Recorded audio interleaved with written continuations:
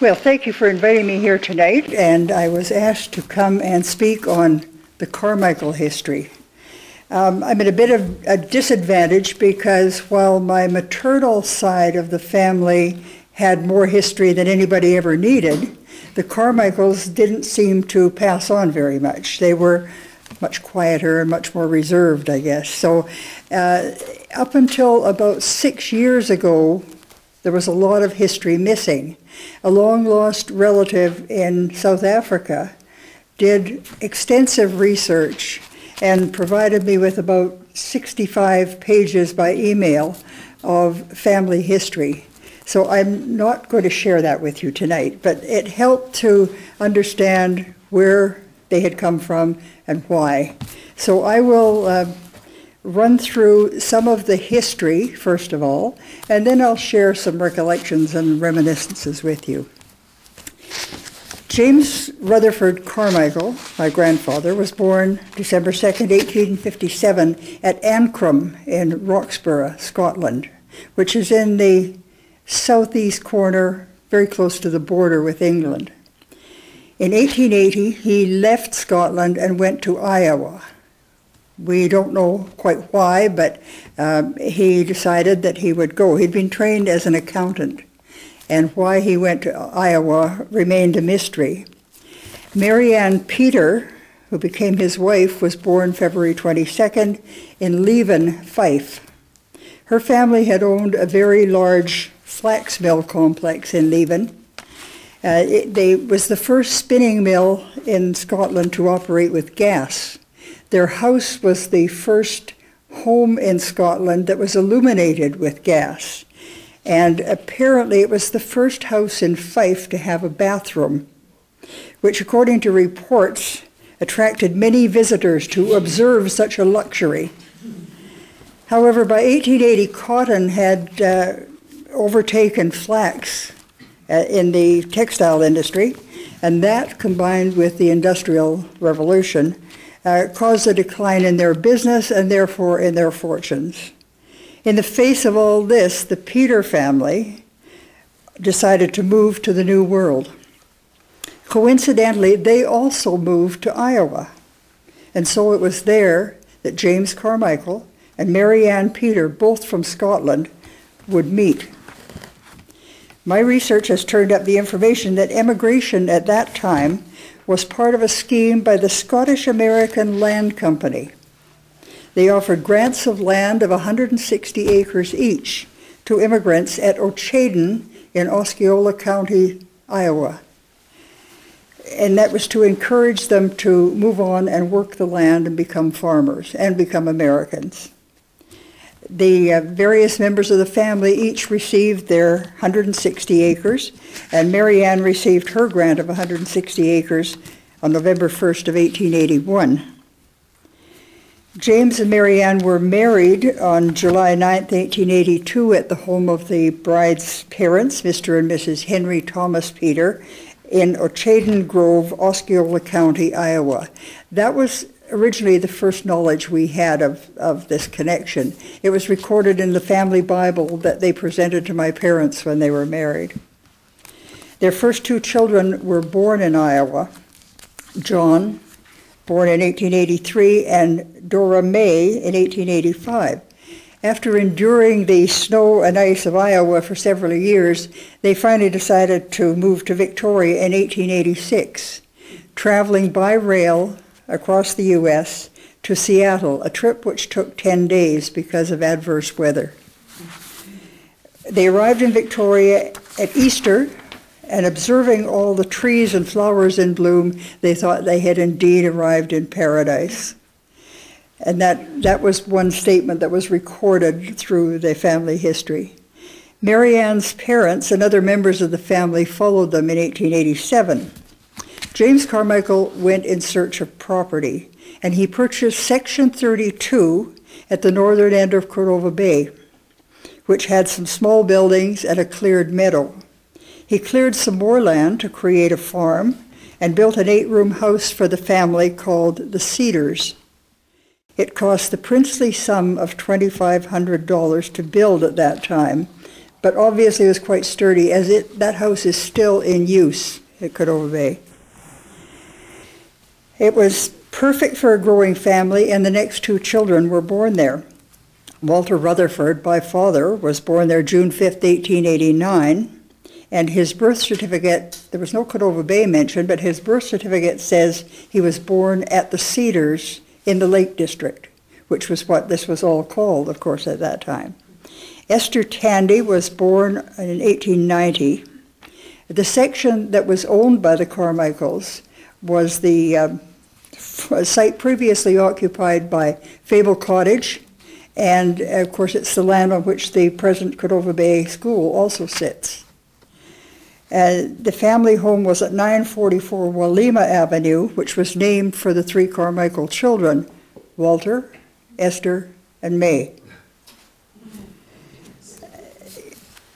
The other families at that time, there were several other pioneer families. One of them was the Tway family, who were the forerunners of the June family, of June's tent and whatever. Longtime friends through the generations with the Junes. Concerned about the necessity of an education for the older children, the family temporarily moved to Gorge Road. And it was there that the 5th child, James Elliott, was born, August 30th, 1893, but unfortunately died weeks later on September 19th, 1893. When it was determined to build Elk Lake School, the Carmichael family moved back to Cordova Bay, and J.R. Carmichael became one of the 3 school trustees. And you've probably seen this before, but this is a picture of Elk Lake School, and there are 3 of the Carmichael children in attendance. There was May, was up in the top here, Walter, my father, and Esther. So 3 of them attended at the old Elk Lake School. Concerned about, in 1906, when the municipality of Saanich was formed, James Carmichael became the assessor. And in 1907, he became the municipal clerk when H.O. Case left that position. This is a picture of the council at that time, and J.R. Carmichael, my grandfather, on the right-hand side here. We have a couple of interesting pieces of correspondence at that time. He wrote to apply for the position to the Reeve and Council of the Municipality of Central Saanich, of South Saanich. Gentlemen, I beg respectfully to tender my application for the position of assessor, collector, and clerk as advertised by you. I have resided in Saanich and Victoria for about 20 years and am well known to all the members of your council. Therefore, I take it as unnecessary to give you references except of a professional character. Although I have not been engaged continuously at clerical work, I am confident I can perform all the duties of the office to your satisfaction. I beg to enclose a letter from Mr. W. Curtis Sampson, C.A., with whom I have been working for some time, and which vouches for my capability in accounting and bookkeeping. Respectfully requesting your favorable consideration, I am, gentlemen, your obedient servant, J.R. Carmichael, all handwritten. He subsequently, of course, got the position, and that was in 1907. By 1911, he found it necessary to write to the Reeve and Council again, asking for an increase in pay. Gentlemen, I beg respectfully to submit the following for your consideration. I have now been clerk of this municipal council for nearly 4 years. And as you know, the district has developed to a very large extent. The first year I was in office, the revenue was about $15,000. This is the municipality of Saanich. While last year it reached a sum of $37,000. The voters in the list have increased proportionately. A large amount of local improvement work is to be undertaken this year, and in every way the work of the office has increased. And during the past season, I have devoted a great many extra hours to overtake the work. I have refrained from asking for a permanent assistant, as I feel there are times when the assistant could not be fully occupied, and that temporary assistance is most economical. For the foregoing reasons, I beg respectfully that you will grant me an increase of salary to the extent of $25 per month. The increase will to a large extent be chargeable against local improvement bylaws. Hoping that you will favorably consider my application, I beg to remain your obedient servant, J.R. Carmichael. And there was a note at the bottom, handwritten, request granted, and signed by the Reeve. So he got his $25 a month increase, apparently. I love the fact that the income for the municipality rose from $15,000 a year to $37,000 a year. He doesn't say what the salary was, but I can't imagine the amount.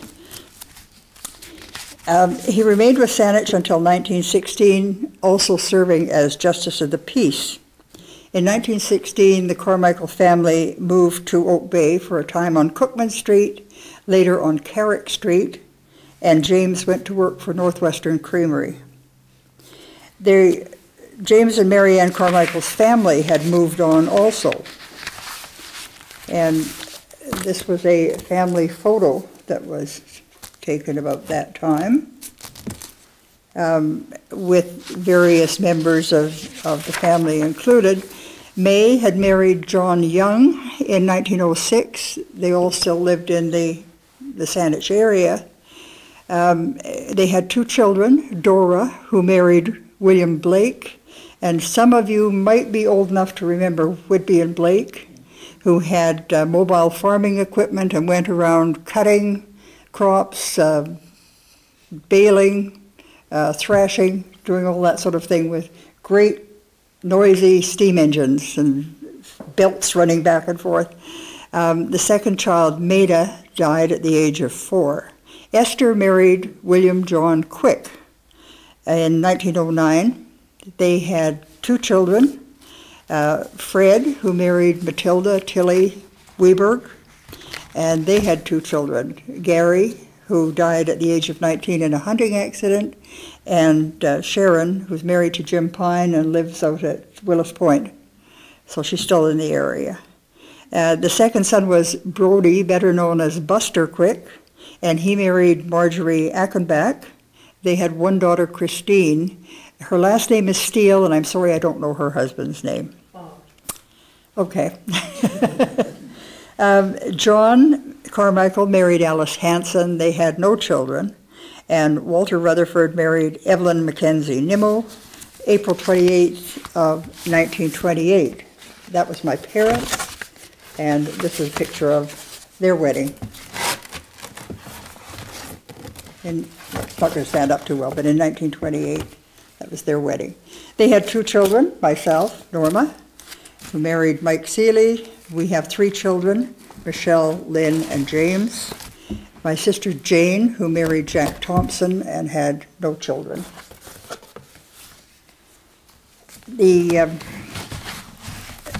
some pictures around the time that this was a picture of my father with his mother and Buster Quick listening to the radio, all sitting with earphones on. I guess it was the early days of radio, which I thought was sort of interesting. These were family snapshots that I've had enlarged for the purposes of showing you here tonight. And there was another one with my father showing off his brand new car to his mother and his sister-in-law, Alice. It was a lovely car. I'm sure he was very proud of it at the time. The Quick family distinguished themselves as residents of Royal Oak. Bill Quick was a dairy farmer for 60 years in the area, along with his brother Fred, and they owned the first herd of purebred Jersey cattle on Vancouver Island. They campaigned also to have the Saanich Municipal Hall built at Royal Oak. And brother Fred Quick was reeve of Saanich in 1908 and 1909. Bill married Esther Carmichael in 1909 at her parents' home in Cordova Bay on Walima Avenue. They were also, Bill and Esther were instrumental in the building of the Royal Oak Community Hall, and they were both very well known for their civic involvement. I understand that Bill was known by the basketball league at the time as Dad Quick. Quick's Pond, or Quick's Swamp, as it was commonly called, was where many local children learned to skate when it iced over in the winter, and it was also home to many skating parties in the winter. I recall my father taking me down there trying to teach me to skate, and on 2 separate occasions I sprained an ankle, and that was the end of my ice skating career, so I had to give that up. In 1969, the municipality of Saanich purchased 33 acres to create what is called Quick's Bottom, which I think is an absolutely horrible name, as a wildlife sanctuary. I don't know how they dreamed that one up, but it's one that most people don't even want to talk about. Mother Mary Ann Carmichael and Esther Quick were both founding and life members of the Royal Oak Women's Institute as well. Members of Mary Ann's family had also traveled west from Iowa, and they too lived in the Cordova Bay area. Some started there and then moved out to other local areas. Sister Etta married James Critchley, and they operated the store and post office in Sydney for 40 years. They are well known in the Sydney Museum, and there's lots of stories about them. Sister Bertha married Ben Deacon, living on Harbour Road in Sydney, and they were very renowned for their outstanding garden, from which they supplied fresh flowers to Rest Haven Hospital for 17 consecutive years. Bertha was also involved with starting the Women's Institute out there and opened a children's playground on land later known as the War Memorial Park and eventually known as Sancha and now known as the Mary Winspear Center. She was also the instigator behind having that park area dedicated as a memorial park. While the Peter family was still living in Scotland, 4 sisters had been sent to Germany to study music, 4 or 5 of them, I know 4 for sure. And their talents were very much in demand in the communities that they settled in here. Bertha Deacon was organist at Holy Trinity Church in North Saanich. Etta Critchley played the organ at St. Andrew's Church in Sydney, and for many years Mary Ann Carmichael was the organist at St. Michael's and All Angels here in Royal Oak. Another sister, Eliza, shortened to Isa, was, and she had lived at Cordova Bay and in Victoria and finally in Bella Coola, and when her husband died, she moved to live with her daughter in Seattle. She gave up playing the piano at the age of 97, although she lived beyond that time. And we have a clipping of her celebrating her 100-year-old birthday, and there were 3 items that were very special to her. Surprise number 1 was a celebration of her 100th birthday. Quite frankly, I never expected to be around this long, she said. And surprise 2 was a congratulatory telegram from the Queen, and she said that was one of the biggest thrills of her life. Surprise number 3 was a recording of her playing Chopin and Mozart piano compositions at the age of 96. And I have those 2 records. They're old 78s, but they were Isa playing when she was 96. And she said, I was a pretty good amateur pianist. So, for a long time, apparently. they served refreshments after, and she didn't want to eat. She was so excited about the letter from the Queen that was all she wanted to look at. There was and the other sister that I haven't mentioned was Dora Christopher, and she lived up the coast. Up until this information arrived from South Africa, I had always thought that these 5 sisters constituted my grandmother's family.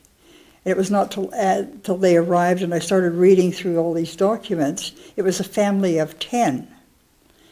There were other sisters and there were brothers, some of whom lived in Victoria, and I never heard of them.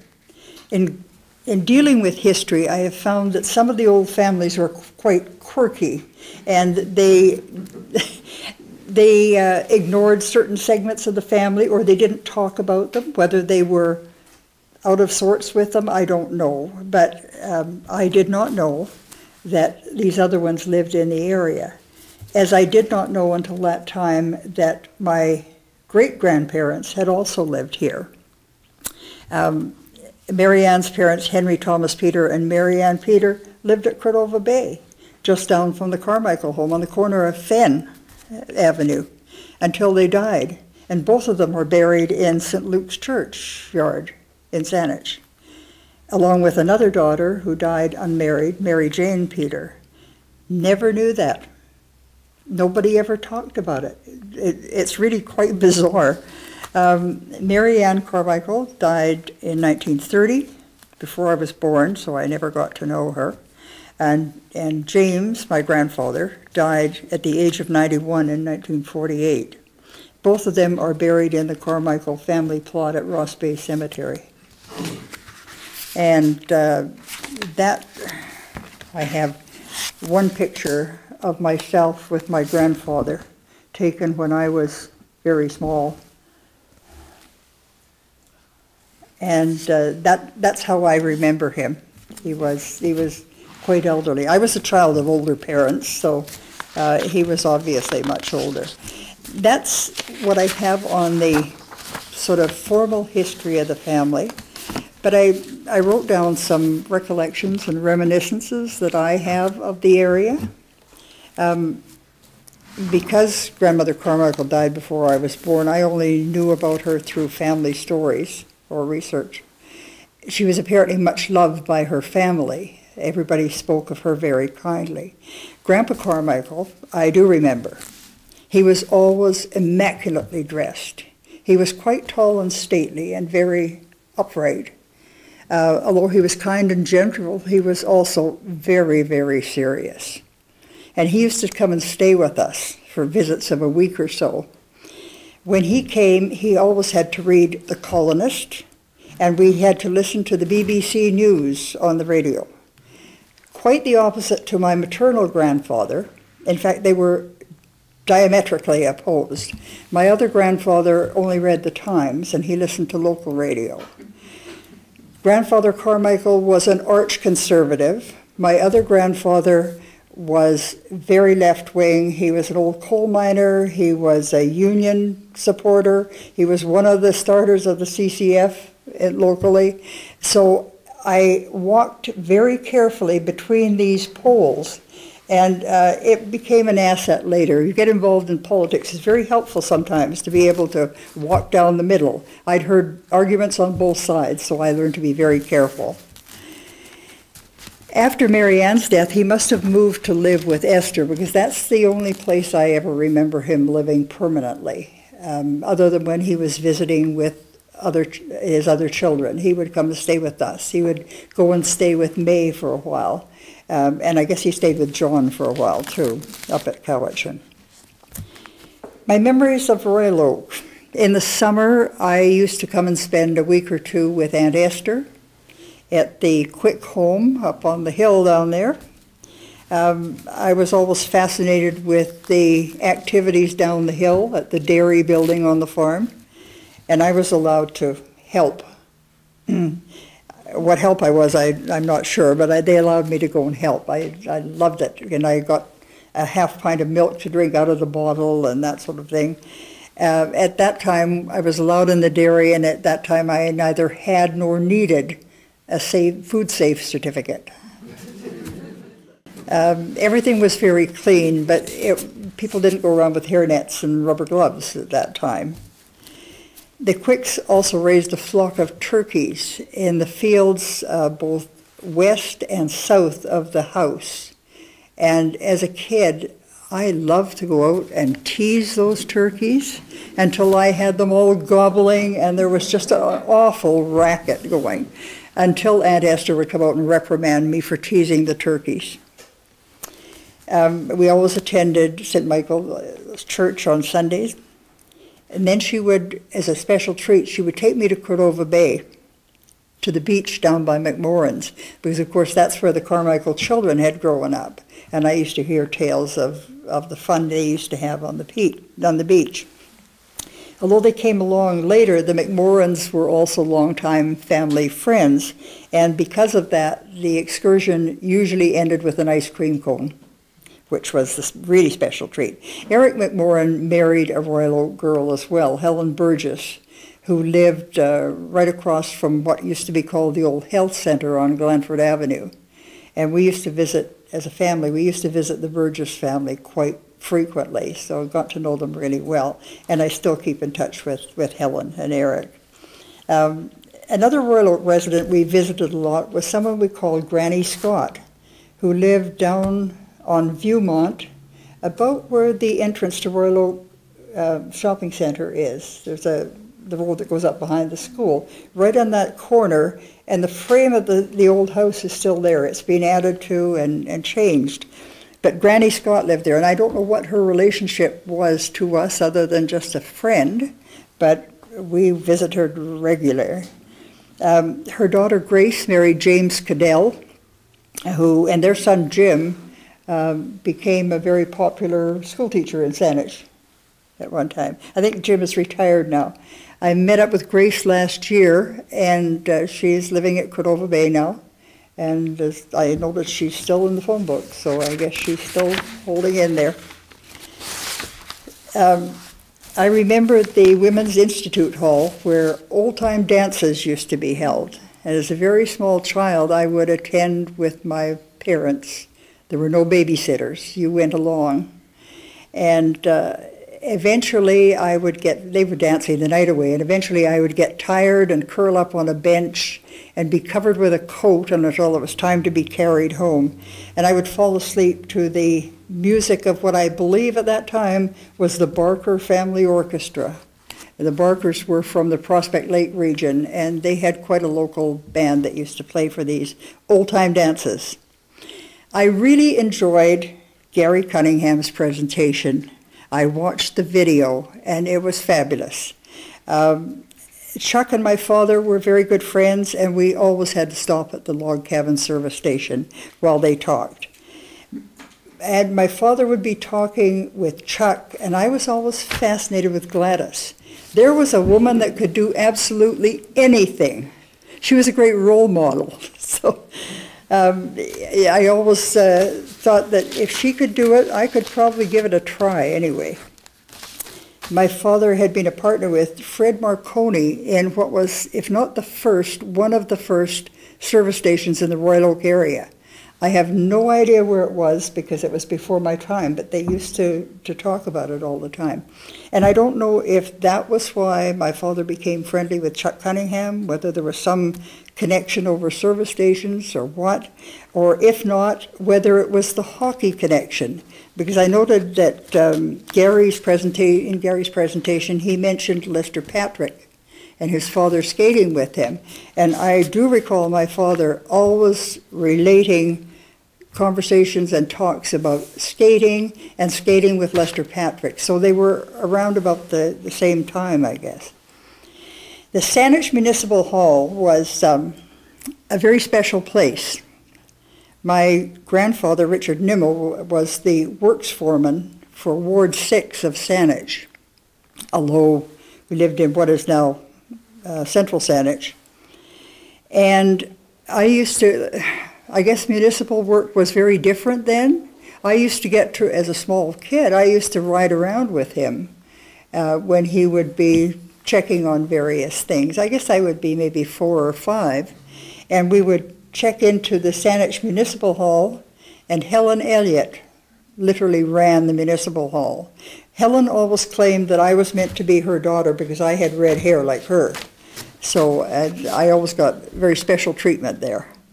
Remember the police station, and of course it's where the restaurant is now.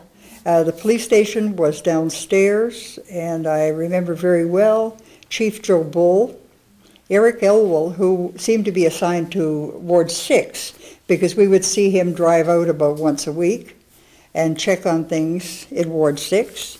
And at fair time, there was an additional policeman would come out, and that was usually Cease Pierce. Again, old-time names that I recall very clearly and can visualize these people very clearly. The fire department and the public works yard were located at Town and Country, or where Town and Country now is, or Uptown. The fire department was at the north end of that property.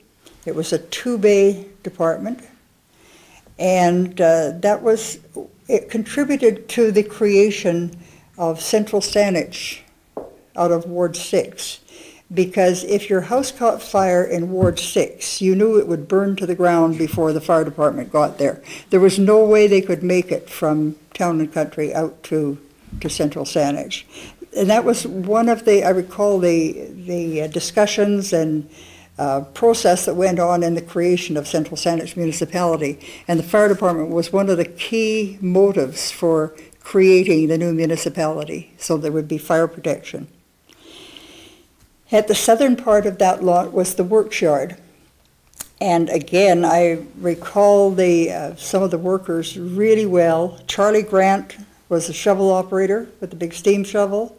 Johnny Rankin was the grader operator. I recall some of the other people, Ernie Bleethman, Chuck Staples, Tom Mitchell, and Sam Patterson. They were all my uncles. Everybody was uncle at that time. And so got to know them very well. My grandparents, as I say, my grandfather was the road foreman in charge of all these people.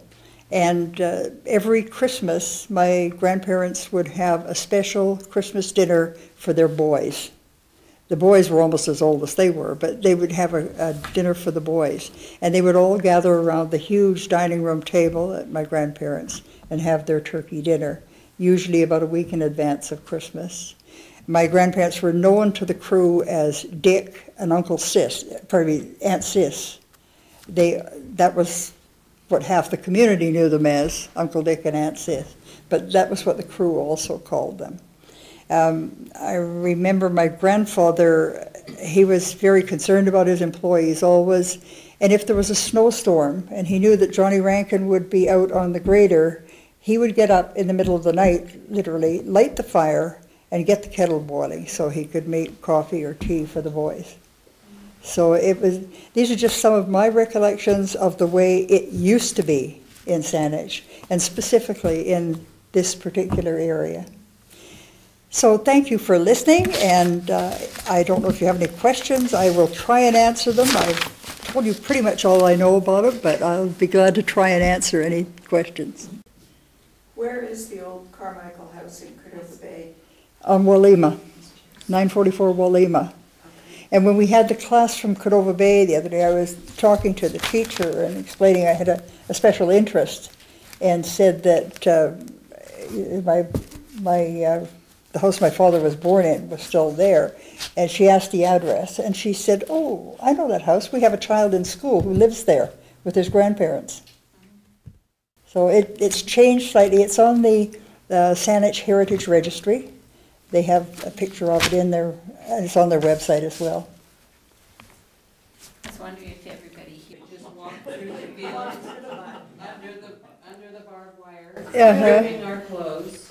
Well, as I recall, they weren't boot skates. They were strap-on skates. That certainly when I was, you had boot skates. When I tried, it was strap-on skates, and my ankles just didn't like those one little bit.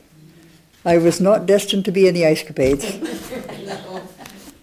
Very disappointing to my father, because he thought skating was an absolute essential. He even tried taking a chair and having me hold onto the chair and skate behind it, but even that didn't work. The grandparents' house on Wilkinson Road, where it is. Oh, on Wilkinson, up on the hill. And it's up on, it's in the front of the book.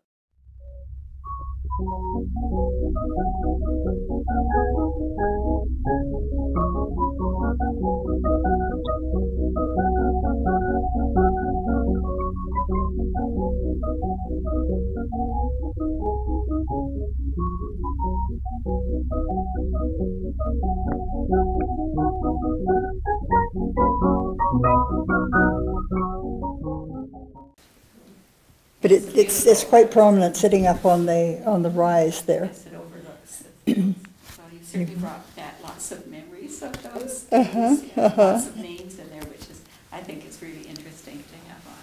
Yeah, and a lot of names. I remember the Scott family, of course. Pam Butcher. Yes. Who else? There were lots of families in the Royal Oak area that I got to know. The Leibritz, all of the people in that general area got to know when I would visit there. We've had Lisa Loritz speak. Yeah, if nobody else has any questions, thank you again for your patience. Thank you very much. Thank you.